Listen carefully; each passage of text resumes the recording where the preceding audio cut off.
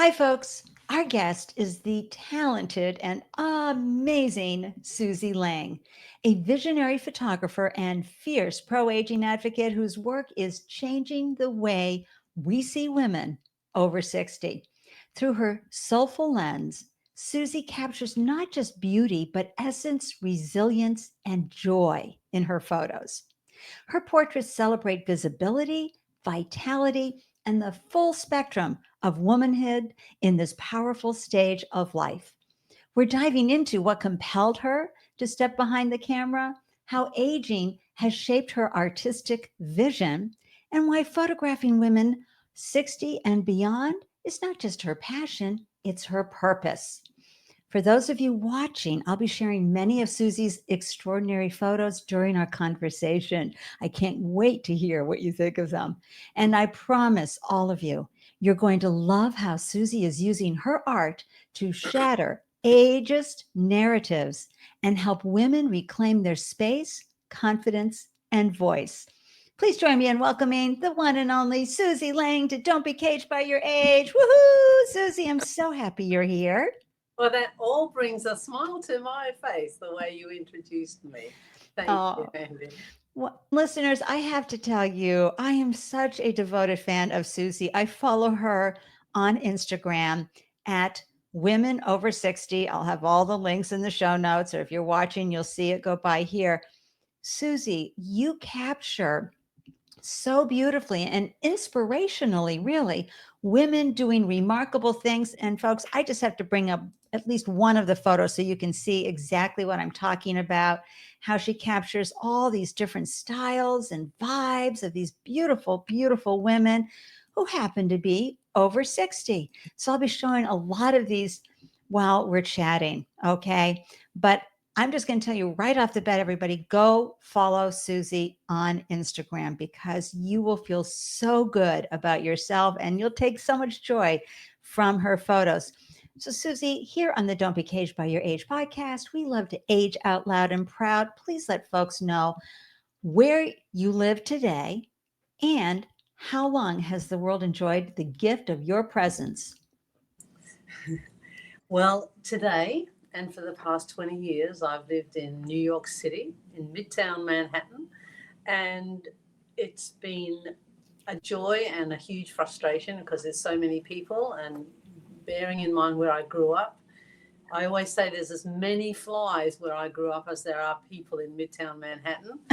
But I am 68 years young, and I love my age. I think I've got many assets, and of course, I've got aches and pains like everybody else. I think it's so important, Susie, and I know you do this with your photography as well, for women to embrace aging out loud and proud. And that's what a lot of your photos do. You help women embrace this instead of being focused on anti-aging and all those negative stereotypes that come that women feel like, I can't tell my age. Oh my God, what are they going to say? Or the comparison that happens when they devalue you by saying, oh, you look good for your age. Well, what am I supposed to look like? And is that comparing me to someone who doesn't look good for their age? It's just a terrible narrative. So thank you for aging out loud and proud. And before you moved to Manhattan 20 years ago, where were you living? Well, I lived in the UK for about 15 years, and I met my husband there, and we decided to come to New York because his children live here and grandchildren, and so that was just great for me. Before living in the UK, I am Australian born and bred and lived on a small country farm about, I don't know, 800 miles west of Sydney, and in a small country town of about 6,000 people. Yeah. Lots of But to open. go to the UK, which is very densely packed, and then Manhattan, yowza. Yeah, definitely. Wow. Well, we're so glad that you're here in the US because I know it gives you a chance to take some wonderful, wonderful photos. Let's talk a little bit about how you came to being a photographer. Share with folks what called you to pick up the camera in the first place and what specifically drew you to focus on women in this age group. Well, that's a big question, and I'll try and condense it. But I, as a child, my father, who was an avid and very excellent sportsman, he wanted photographs of himself when he was in the prime of his sporting life. And he bought one camera, sort of typical farmer, one camera that was shared between my four brothers and me. And he wanted pictures of himself playing his sports. He was a golfer and a speedboat racer and tennis player, and he wanted images of that. And the boys weren't really interested. So I thought, oh, I can do that, having no idea at that age of about 12. And then he sort of moved on from sporting activities, and there was a camera just hanging around the house. So I said, oh, perhaps I can use that. He said, sure, you can use that. But first of all, you've got to pay for your own film and then pay for your own developing, because it was film camera. And so I worked on the property and did the hours that my brothers did. And then the money that I got from that, I spent on processing and film. Yeah, the good old days when we had to either did you process it yourself in the dark room or did you send it out? Not at that stage. I did when I was in my late 20s, when I was in the UK. And I think that I love people. I'm a real people person, and I love to capture. And I, particularly in walking along the streets of New York, I get to notice a lot of people, their style, their faces, their characters, and I'm always curious about who and how they are and what sort of life they've had, their stories. And I started focusing on Women60 Plus in about 2016 with the presidential election, and there was a whole lot of stuff about women and and the Me Too movements, and Right. so much. And I remember sitting one day thinking, well, what can I do about that? I can be a part of women's marches and those sort of things. But then I thought I want something more for myself, and I thought, well, I can take my camera out and photograph people and photograph women. And I felt comfortable because actually in working with Women60 Plus given me a lot of confidence in my photographic abilities. And I felt that in working with them, I could gain confidence. So on the day of the Easter Bonnet Parade in New York City. Oh, which is so spectacular. It is amazing.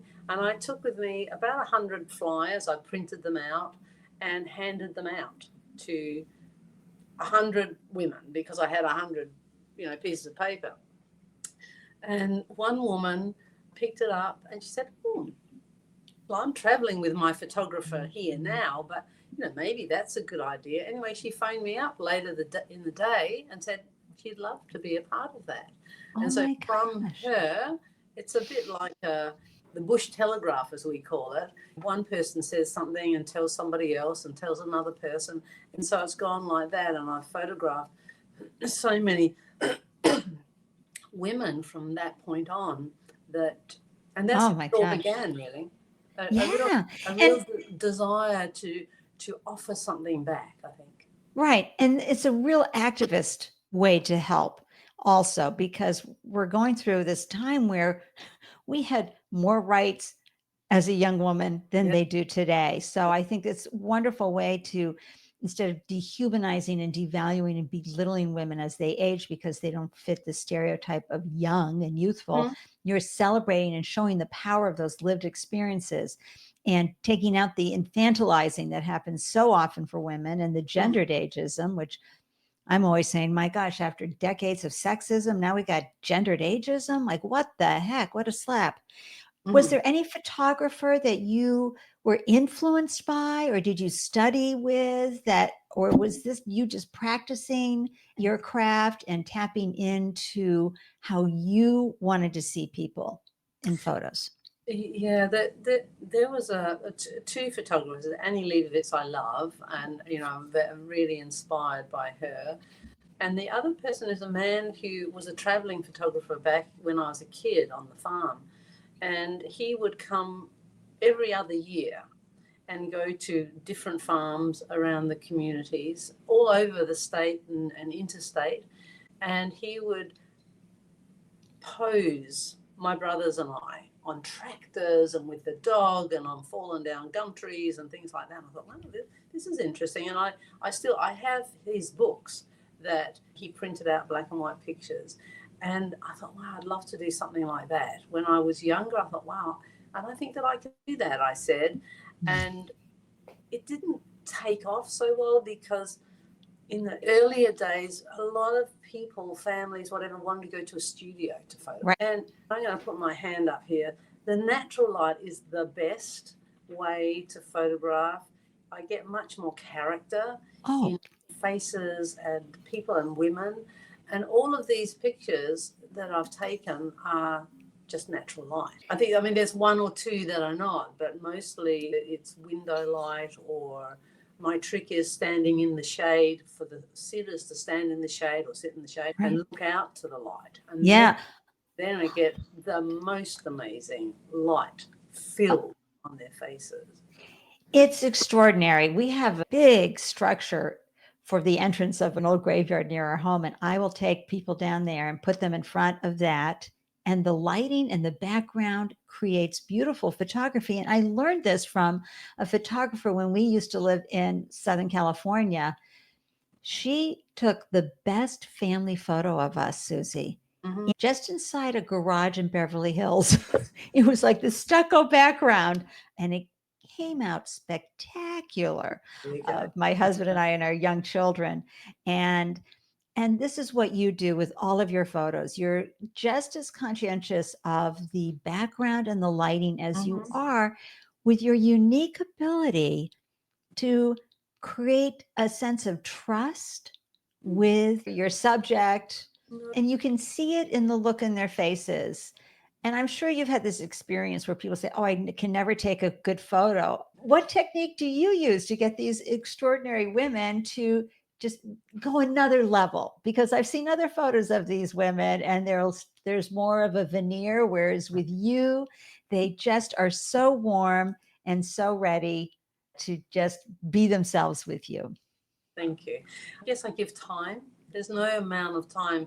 I always say to the women that it'll take as long as it will take. You know, sometimes I joke when I get the first picture and then I say, I've got it, we can go now, because, you know, that looks good, which makes the woman laugh and just relax a little bit. And then I move around and chat and we laugh and I stop and I show the images.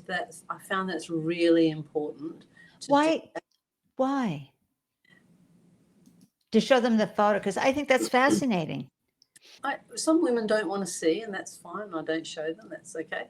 I think that because a lot of women come into a photo session feeling very judgmental about themselves and oh, I don't look good in photos. I've heard that one many times. And I'm thinking to myself, well, let me just prove that one wrong. I say that to myself and not to them, of course.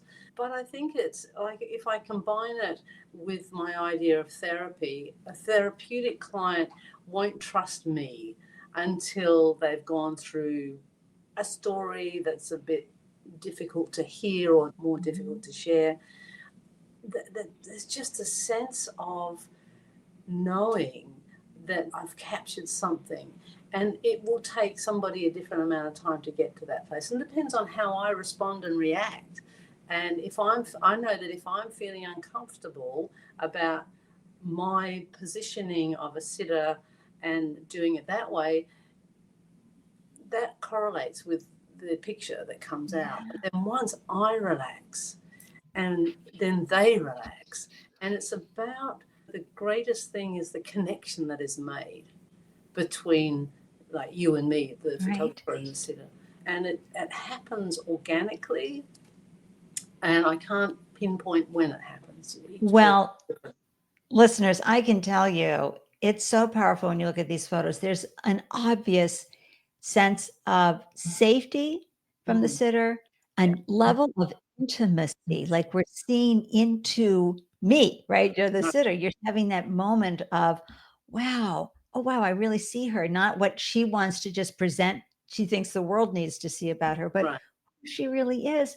And that's where we all take joy, right? Because then we go, yeah, There she is. There she is. And I think it's basically a 2-hour session, and it's the trust that's built up in Yes. that amount of time, and just providing the space. I always say to the women, come in what you feel comfortable in wearing. Come which you feel represents the best of you. Bring some changes, whatever it is, and just let's play. I want it to be fun. I want it to be a really joyful experience, because for so long, many women have put themselves to everybody else. Right. I want to gift each woman the opportunity, if they're looking for something like that, Right. just to have the courage actually to say, oh, okay, well, I'll try it. I'm not guaranteeing. It's okay, just come and see, and let's play, and let's have fun, and let me show you what I see in you. Right. So, for example, the photo I'm looking at, folks, is on the far left. She's got her hand on the door, looking out. It's just such a beautiful, natural, and I'm sure this is who she is and who she be, right? I mean, is that she's just striking in her natural Right. beauty, and that story is I met her at a book club in Adelaide, and I said to the women there were about 12 women, I said, I'd love to take your pictures, and they said, oh, I'm not sure, and she said, I'd like that. And so there she stood, just coming out the door. I thought, just hold that, it's, Perfect. And beautiful. then the next one in this photo too, she's looking at the world with hope, where she still believes that everything will be okay and that we will come together. The colors are great, the accessories are great, but it's that look on her face that is so precious. And that is not easy to capture. And that's why I'm such a huge fan. Susie, aging, as we've come to know personally and upfront, firsthand experience is such a personal and often emotional journey, especially as we learn to get more comfortable with who we are now physically, and that more of our essence and joy does come out from our face, our smile, our eyes, versus whatever great hair we may have had or skin or anything like that in the past. How has your own experience with aging influenced how you view the world through your lens, both literally and figuratively, as a photographer? Yes, I thought about that. I've had some pretty amazing women in my life who have shown me the power of what it is to age well. And what I mean by well is really living their best life, as they had tremendous capabilities of doing. And I see them in that, my grandmother, my mother, and my counseling mentor, supervisor, who just turned 95 and who is just awesome beyond belief. And I'm inspired by that. And actually, when I started Women60 Plus, I thought, wow, I'm a bit anxious that I'm going to be invisible. And I felt, how can I use my photography to try and promote a difference in that? And so I started out, as I said, photographing this one woman who expanded my captive audience. And I feel that what I'm continuing to learn is that I was really invisible to myself. And because there was a whole thing about, women over 60 or older women, however you want to phrase it, were invisible to the world. And yes, they are, but more importantly than that, I needed to look at my own self, Right. to really uncover who was I invisible to. And when I say I was invisible to myself, it really was. And when I go out into the world, and if I'm feeling really confident and self-aware and sure of myself, that will resonate out, and it radiates out. Yeah. And so I just want to share a little story. I've got a big photo job actually that I've been working on for 3 months, and it's hitting the concert on June 5th. And it's a big photographic concert in relation to community and Where's connect. it going to be held, It's, Susie? it's at Symphony Space in Manhattan, and it's the Soharmonium's choir, and it's about reflections, about women telling their story. And the musical director, Elizabeth Nunez, is just so inspirational that we got together on this project, and we're doing a photographic storytelling music event, and very exciting. And the validation that I Right. got in Elizabeth seeing my work was really profound, and has really built my confidence a lot. And I think that that's what I want to offer women. Right. Or another photographer, but it what I want is the opportunity for them to see themselves in a way that perhaps they haven't seen themselves. And the photograph is just one picture, one moment, one time where it's just I capture that moment. Right. And so there's a whole lot of other things that go along with that. We have a whole lot of emotional stuff that and baggage that we bring with us, and this is just a part of trying to honor and celebrate and validate each person. Right. And you hit on the word seen. And this can be at any stage of life where we feel invisible, but when you get older, it's very clear. Mm, And you're absolutely right. We have to see ourselves first in order to be seen. mm. And that might take some mirror work. As Brandy Carlisle says, all the lines across my face telling the story of who I am, Yeah, right?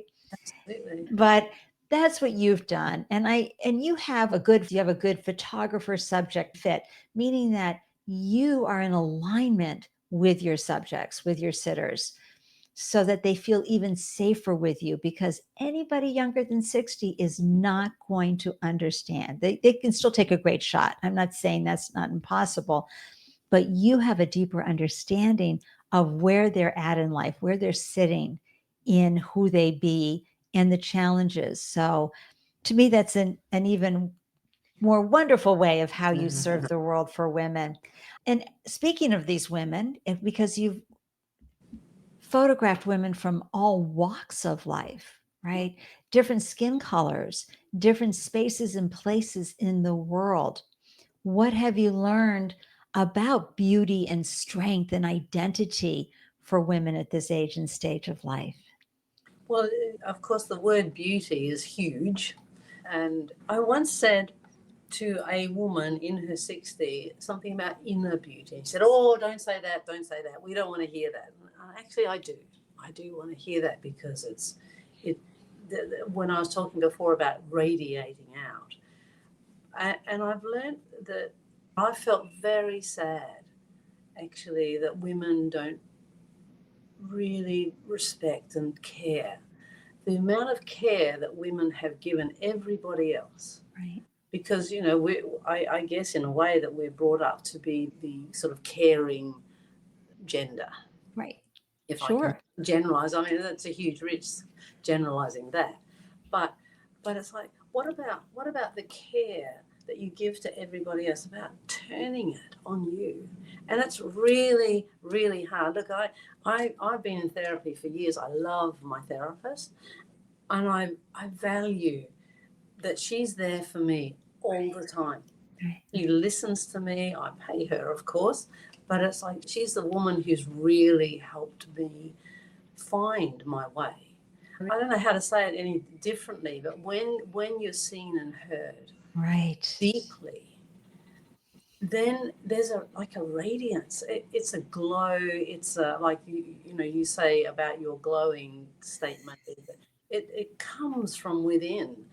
And when we were young, that may have been there if you had a fairly decent upbringing and all that sort of thing, but that we get lost. Oh, life happens and trauma happens and Yeah, phew.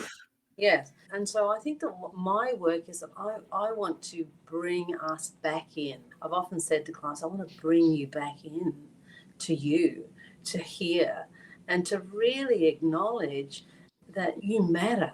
You so matter to me. I get goosebumps all the time when I know that I've got a good shot, or I know I've had a counseling client who really really gets it, like that aha moment. But photographically, I can just tell. It, like the woman that you showed, the black woman looking out a window. Right? This one? Yeah. And I had her propped up. I was visiting the UK and I was staying in a bed and breakfast or Airbnb, and she came for a coffee, and I said, the light in the bedroom was fantastic. And I moved the furniture around, and she was talking to me, and I say, look this way, look that way. And then she just looked outside. I'm like, that's it. That's the Oh, picture. That to me just resonates absolute radiance and beauty of her very spiritual being. yes.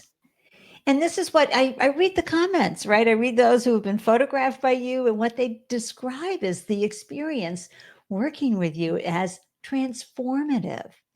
I mean, your sessions really have an impact on your subjects, your clients. Yeah. And I love that you shared that you get goosebumps when you get that photo, because this is a photo that they're going to share out in the world. And we can be so harsh on ourselves, especially as we age, because we no longer really look like we used to. But this is our new you, and this Yeah. is our new selves. And it's so important. And that's the beauty of your photos. Andy McDowell, I think she's in her 60s, right? Yeah. She was being interviewed, and maybe you've seen this video clip. I have it on my YouTube channel in my shorts, where an Italian journalist said, well, what does it feel like to have lost your beauty? Andy's response, she was just so polite. And it's like, I know, can you believe they asked that question? And she said, but my beauty comes through my eyes. It comes through my smile. It's from my soul. It's not because I have a pretty face and hair and body. It's from internally. And I think that may be also what gets you the goosebumps, is that you've captured her in Oh, her essence. I just know I got it. Yeah. And actually, it's very confronting to have pictures. I've told this story before, but I was photographed by Robbie Quinn. He's an excellent New York photographer. That's what my husband gave me for my birthday last year. I thought, right, I'm going to do this because I want to feel what a lot of women are feeling Right. when I say I'd love to photograph you. Oh, I don't look good in pictures, that sort of conversation. But I thought, what I was hoping for myself was that I would really get to experience how it was being on the other side of the camera. Now, I don't normally like to be on the other side of the camera because you have some sort of power behind it. But I thought, no, I'm going to do this because I need to do this for myself. And you didn't try to control the shot? No. Anyway, what I wanted to talk about was the process of going up before. And I thought, oh, now, boy, he's got a really good book called Street Urchins of New York. Or actually, and just characters of people who dress, and he's very interested in style and that sort of thing. And I thought, oh, well, I'm just plain. I'm plain. And, no one ever told me that I was beautiful when I was growing up. Because when you grow up on a farm with 4 boys, it's not the thing that you do. I like to say I'm a tomboy with lippy and lipstick. Anyway, and so I began to get this feeling, wow, I'm going to ask a friend to come with me. And then I have 2 women in mind. I thought, no, that Jackie would be really good because she's animated and she would help and she'd style a little bit. And then I thought, no, because I think Robbie would be much more interested in her. And then the other woman I thought of was Carol, and Robbie and Carol know each other, and Carol helped Robbie with his book. And I thought, oh, well, no, I don't want them talking about me when I'm on the other side of the camera. And then I thought to myself, no, I'm going to do it myself. And what I came to was, will I be enough Yes. to capture his lens, to capture him in what he will portray? And I thought, yep, right, I'm good for that. And so I turned up with my little suitcase. He said, what's that? I said, well, I've got a few changes. He said, oh, okay. And so we parked it in a restaurant where we went and had some lunch after. And he said, let's just walk the streets. And I didn't know how I was looking. And so I said, can I look at some of the pictures? And he showed me 1 or 2. I said, I can trust that he's going to get me a good shot. Excellent. And he took, I don't know how many pictures he took, but he sent me 3. I think 3, that's it. but I send a whole lot because I don't know. I think that that's something as a female photographer, or if it's me, I'm not sure, but as a female, I want you to choose what you like best. That's right. I don't have a say. I mean, I do have a say, but if you choose something different, I have to accept that. And that's been a big learning for me. You know, Susie, you brought up a very good point. As I started to reflect on the different headshots and photos I've had over the years, the men give me 3. The women always said, here's the, I So, think my favorite, like 50, yeah, you know, or 20 or whatever. But you're right. The women are like, yeah, I know. You're going to find the one that feels right and resonates more for you versus them making the choice. Well, were you happy with the final result? yes, yeah, Excellent.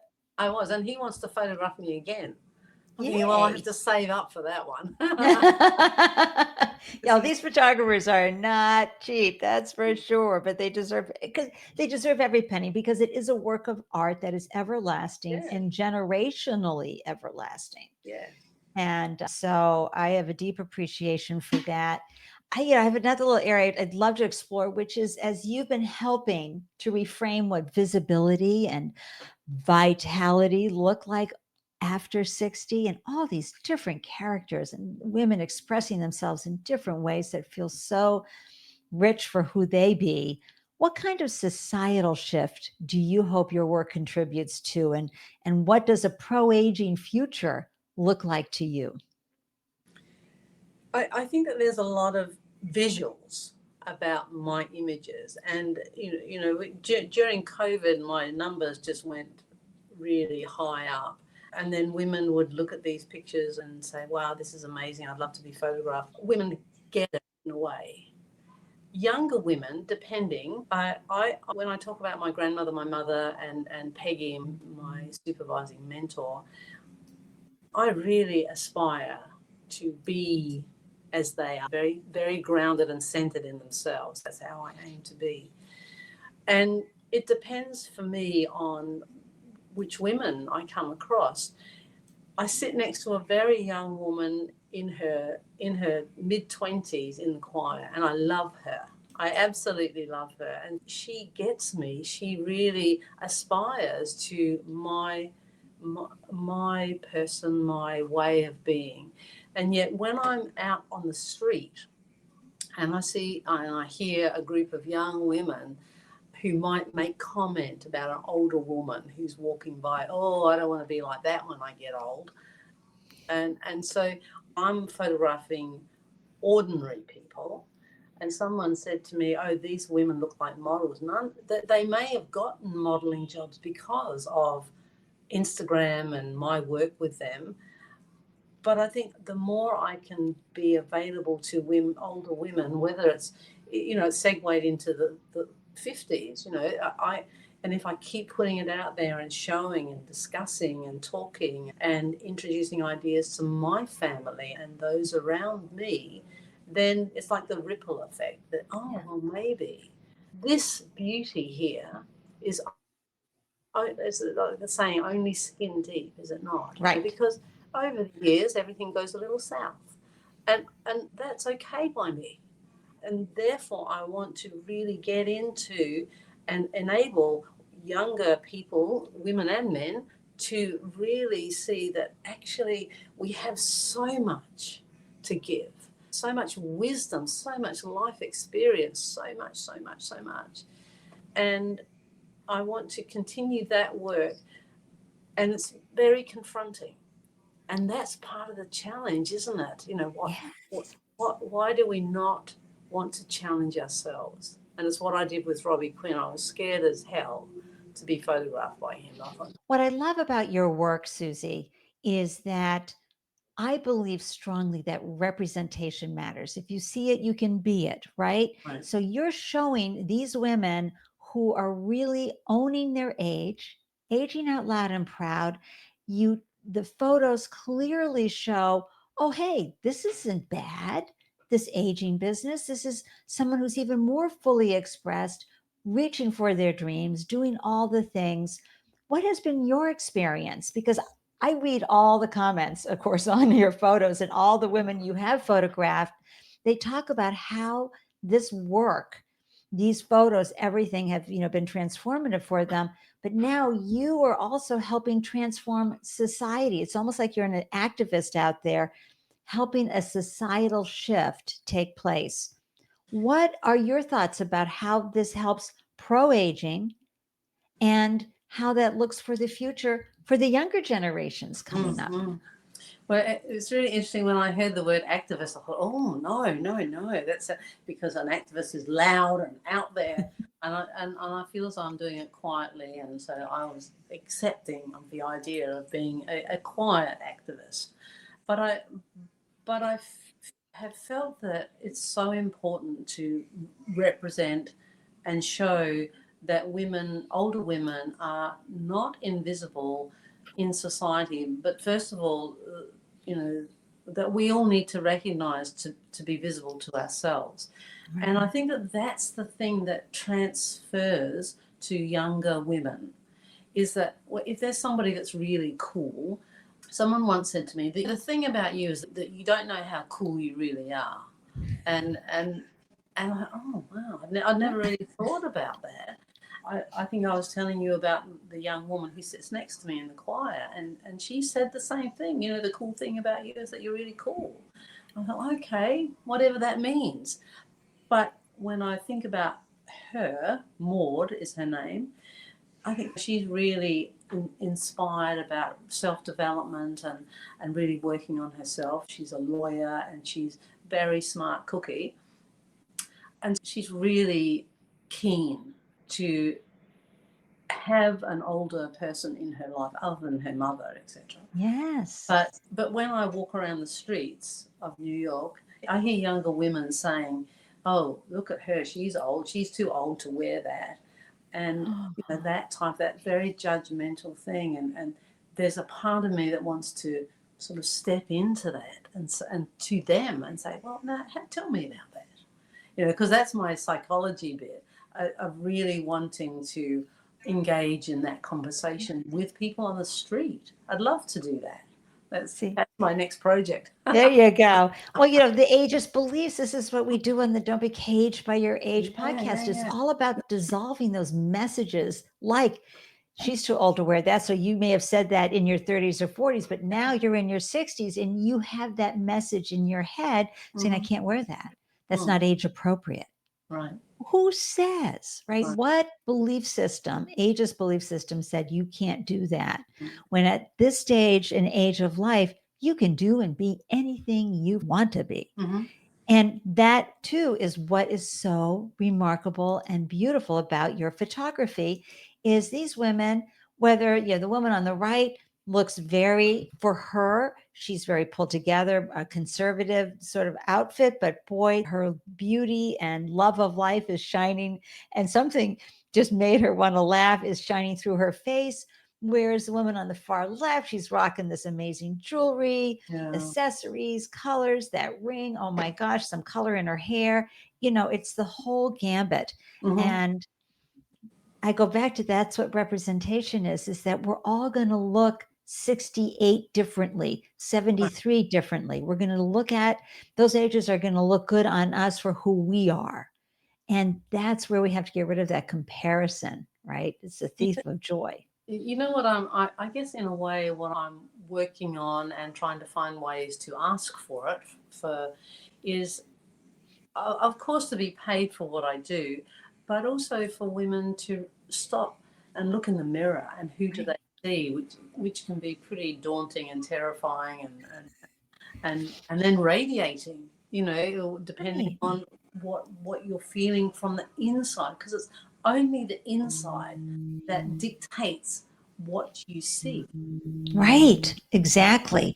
And like the woman looking out through the window, I mean, she's not performative there. She's curious. There's this, you capture just the essence of who she is. And so often, and the woman looking out the door, same thing. She may be an extrovert, an introvert, an ambivert, whatever, but it's, she is someone who that isn't it. So often the photos, we think we have to be sharing a big smile, or you have to be an Mm-hmm. extrovert for folks to really see you and who you be. No, you can be a thoughtful And and I, and I capture thoughtfully. and I really want to capture the naturalness of who you are. And lighting helps me with that, natural lighting, and just to feel how comfortable you feel within your skin, because there's got to be something, I really believe, that each of us feel really comfy. Yeah. Feel comfy in how you are, how you look, how you dress, all that sort of stuff. And it gets back to what we were talking at the beginning of the episode, which is this feeling of safety Mm. and trust that you bring to your photo sessions, and that is captured through your lens. And I just applaud you. I know I've been gushing through the whole episode, everyone, but when you go follow Susie Lang, Women Over 60 on Instagram, I know you're going to be gushing right along with me, because I feel seen looking at these women, because it's again that representation that, wow, we are still rocking it in our 60s, 70s, 80s, and beyond, and we can be photographed. And that is an ageist belief I hear all the time, too. I am too old to be photographed. Don't you be taking any photos of this face. That is so harshly judging of who you be. Yes. It's and this is, I'll get off my soapbox, everybody, on that one. But Susie, how can folks follow you and work with you? What's the best way to hire you and find out more about your wonderful work in the Mm. world? Well, thank you. I just want to say one thing about that. Since I've been doing the videos on Instagram, Yes. a woman who's helping me with that. And what's come, because people wanted to see me. I'm Right. photographing everybody else. I think, oh no, do you want to see me? Yes, yes, they And you tell wonderful stories, Susie. You really do. They're very heartfelt and genuine. Thank you. And so from that, I've had about, I want to say 10 women reach out to me and say, I really want to be photographed by you, have booked dates, pay the deposit. And so it's really empowering. I feel really empowered by that. And I feel that we empower each other, because we get to understand, we know, I know for myself what it's like to be in my 60s. And there's some great days and there's some shitty days. That's the truth. And I'm in good health, and some days I'm not, and just the comparisons of that. So I feel as though I'm a good photographer. I'm not the best, whatever that is, but it is the safety and the trust that resonates, and resonating in connection with another in a relationship is what helps. So I'm now off my soapbox, but But so that's your gift and that's your talent, along with your ability to frame and understand lighting and set correct apertures and all the things, right? The Mhm. technical parts of photography. Right. Your talent also lies in the artistic, but also in the connection that you're able to establish in a short period of time with your subject. So Mhm. bravo. And Thank folks can go to susielangphoto.com, right? Mhm. And there's a contact page on there, and it comes straight through to my email. Ah, And so I'm good at responding back and say, let's chat. I like to be able to see somebody that I'm working with, particularly if they're in another town, or trying to work out the logistics of that. that's Uh, right. and so that's the best way. And we can talk, we can chat. That's right. And also you can follow Susie. I want to know what you guys think. And be sure to tell Susie you heard about her from the Don't Be Caged by Your Age podcast with Mhm. Ande Lyons here. And certainly my Instagram feed is women.60.plus. I think it's scrolling on the bottom of the screen. That's right. It is. Absolutely. And the links will be in the show notes as well. But once again, it's at women.60.plus on Instagram. You don't want to miss that at all. Oh, Susie, I am so grateful that you said yes. And you came on the show. I have been counting the minutes for this opportunity to share your work with the listeners, but also to have this wonderful conversation and to learn more about how you glow in the world. Thank you so much for joining me. Thanks, Andy. Thank you very much. It's been an honor, a privilege, and I'm thinking to myself, what am I going to talk about? And then it flew right by.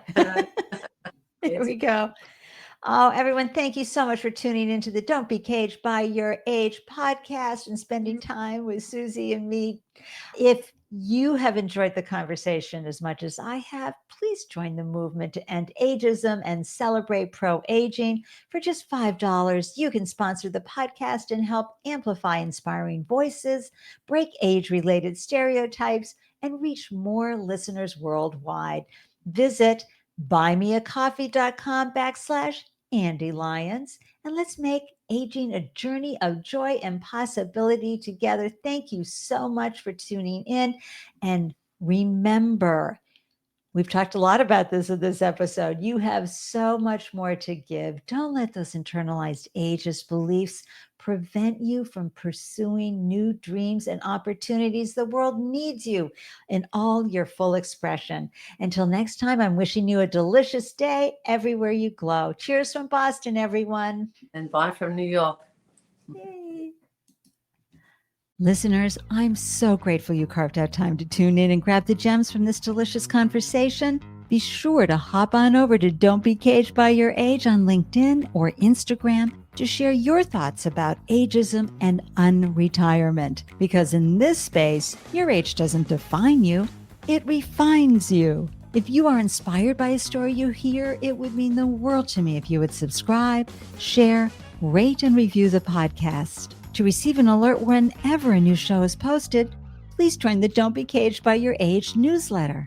Every month, you'll receive links to the podcast and helpful resources for creating possibilities for your unretirement days. Thank you for tuning in. I am so excited to hear how you found ways to thrive after 65. Waving from Boston, cheers.